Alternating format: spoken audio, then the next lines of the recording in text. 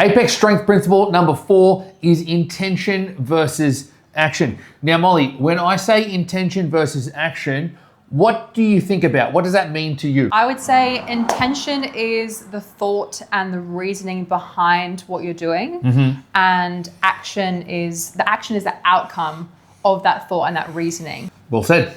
Well said. One of the biggest issues we face as coaches working with people either face-to-face or online and trying to help you folks at home is splitting the difference between the action that you're performing. So whether it's a deadlift, you're picking up a bar from the ground, whether it is an overhead press, you're pressing some dumbbells overhead, that is simply the action in which you're performing. But we want to be guided by a deeper level of thought and detail to ensure that as you're performing that action, the body is as well loaded as possible. You perform the movement as efficiently and effectively as you can, and you come away with the best possible result. Now, Molly, when you're working with clients and to help the people at home, what are some of the best, most helpful exercises that we can utilize to showcase the concept intention versus action? A remaining deadlift. Okay, RDL, that's a good one. Yep.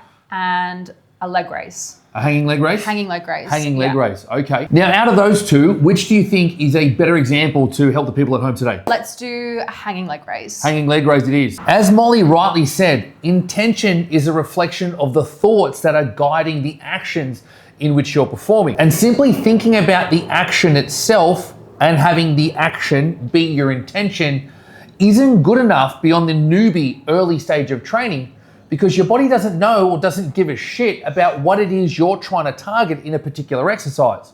Which is why using a hanging leg raise, which I'm about to demonstrate very well for you in a moment, is a great example, because the action is me hanging from the bar, throwing my legs up, and probably using too much momentum, a lot of hip flexors, relying a lot on my grip and my shoulders to stabilize. But it is a core exercise. It's an exercise which is there to target your abdominal region, strengthen that up. But when there's so much else going on, momentum, hip flexors, grip, shoulder stability, the likelihood that we'll get a targeted response in our abdominals if we don't have the right intention will be slim to none. So Sean's going to get into position, and once he does so, he's going to make sure that his pelvis is anchored against the barbell so that he's not going to be swinging around. From here, we're bringing the rib cage down, the pelvis up, focusing on a nice tuck and a squeeze of the abdominals, coming into a nice controlled stretch, lengthening those abs, and then rinsing and repeating.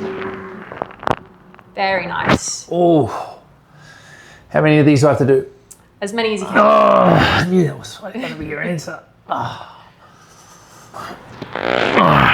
Very good. Now, should we show the folks at home how to do it incorrectly? Why not? Why not? You want to show the folks at home how to do it Absolutely. as poorly as you can? Are you going to help me out? Princess treatment around here. 3, 2, 1. Okay. These don't look terrible as much as she is trying to demonstrate some pretty average reps.